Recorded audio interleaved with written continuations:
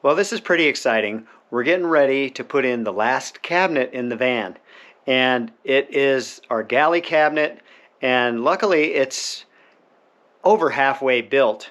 It's lightweight and it's really a nice cabinet.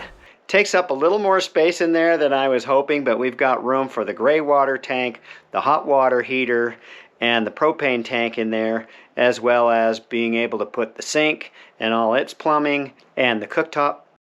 Thing I'm doing right now before I get started on it, I'm going to have to do some reinforcing, and I'm going to cut open a door opening so that we can access it from the outside. Hi, we're Matt and Christina. We live in an off-grid, eclectic hobbit house nestled into the mountains of Colorado. After waiting for our new Ford Transit Trail Edition van for over 8 months, we've decided to throw in the towel and buy a new 2022 four-wheel drive Mercedes Sprinter. After building out Clarity One and traveling for 3 years, we've missed van life, and we're excited to finish building out our new home on wheels and getting back on the road.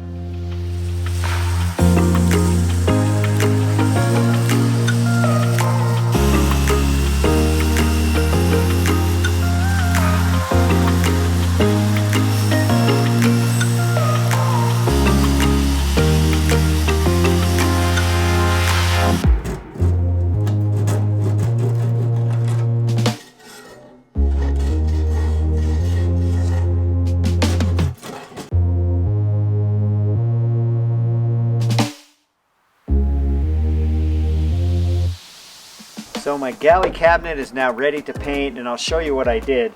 I first cut out the opening here for the door that's going to be on the outside of the van, and then I had to put in a support on this side for the hinges and a support here for the latch.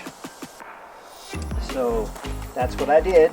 And then the other thing I had to do on this side is I put supports on the sides of this so I have a place to put the latch, because I designed this so that the doors will close against here, but since then I changed the type of latches I'm going to be using, so I had to have something on both sides to attach the latch to. So I have a sunken inset here for the stove top, and the countertop will actually fold up and will fold down on top of this, so we'll have countertop surface, and then we can just get it out of the way when we want to cook, and then our sink goes in there.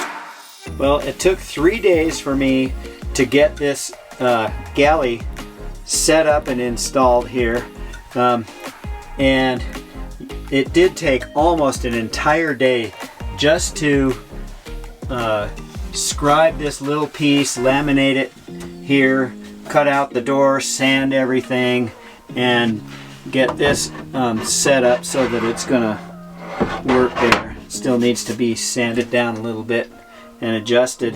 And yesterday I spent most of the afternoon doing the electrical, because I really needed to make sure I've got room for our fold up table, and want to get the electrical in up above that table that's going on the end cap of this galley.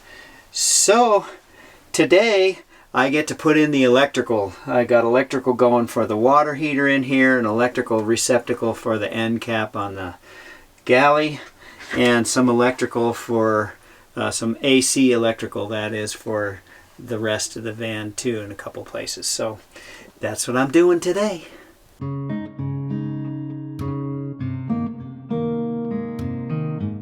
So the first thing I need to figure out with my AC here is I need to get a receptacle on this end cap. And the problem that I have here is that my flip up table here, that's going to be the main table for working and eating sitting in the passenger seat, has to be at this elevation here. So when this table is flipped up, it's going to be there. So right here, right at the top of this light control panel, is a backer that's an inch deep on the back side of the end of this end cap. So I don't have any way to put a remodel box in there. So what I'm going to have to do is use a wire mold box on the end cap of this, and then that'll work great.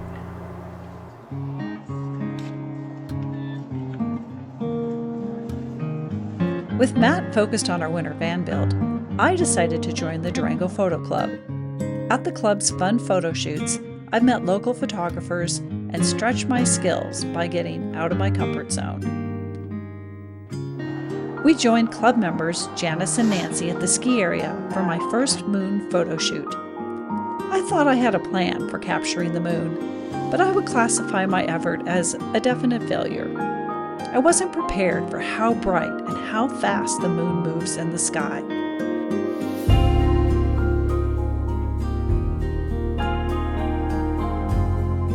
However, hanging out with other passionate photographers and learning from them was far more important than getting the perfect shot the first time. Besides, I have a chance every month to try again. On the other hand, Janice, our fearless club leader, crushed this moonshot. Here's how the pros do it.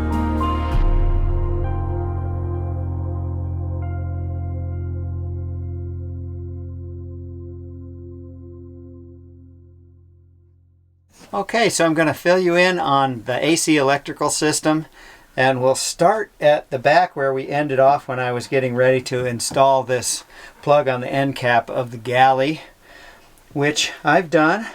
And you can see it's got this wire mold box on here, which I finished off with just a steel plate to give it that industrial look, which kind of matches what we have going on in other parts of the van. This is the last receptacle on this AC circuit, and so we'll work back toward the source. The next 110 volt connection that I needed is I needed a plug for my cooktop, because it has a piezoelectric igniter.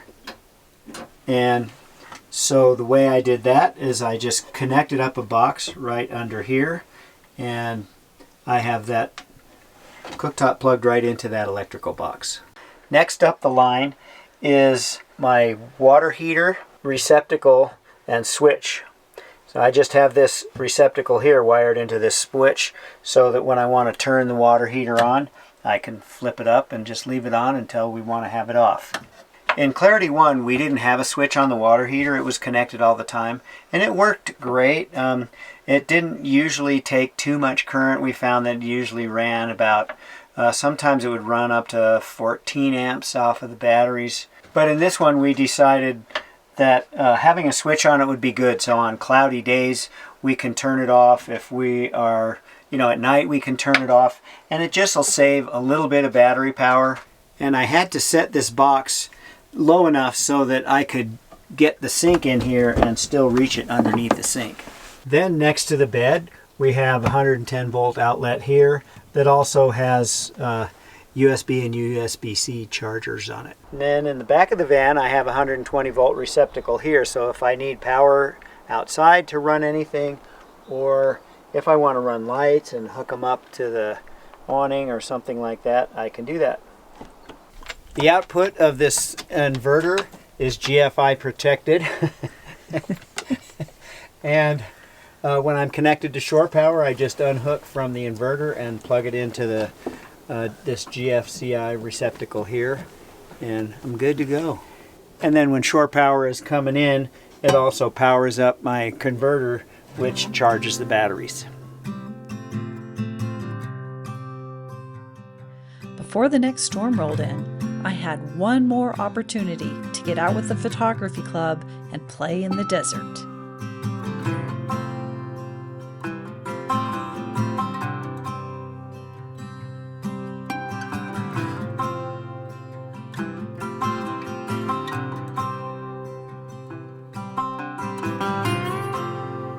Well, the galley's all done except for the propane line, so I'll show you that.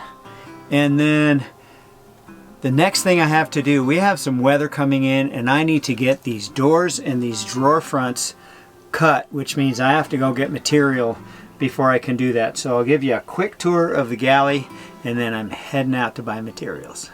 Actually, that was only partially true because I haven't done the drain line yet, which is the other thing I need to do for the sink.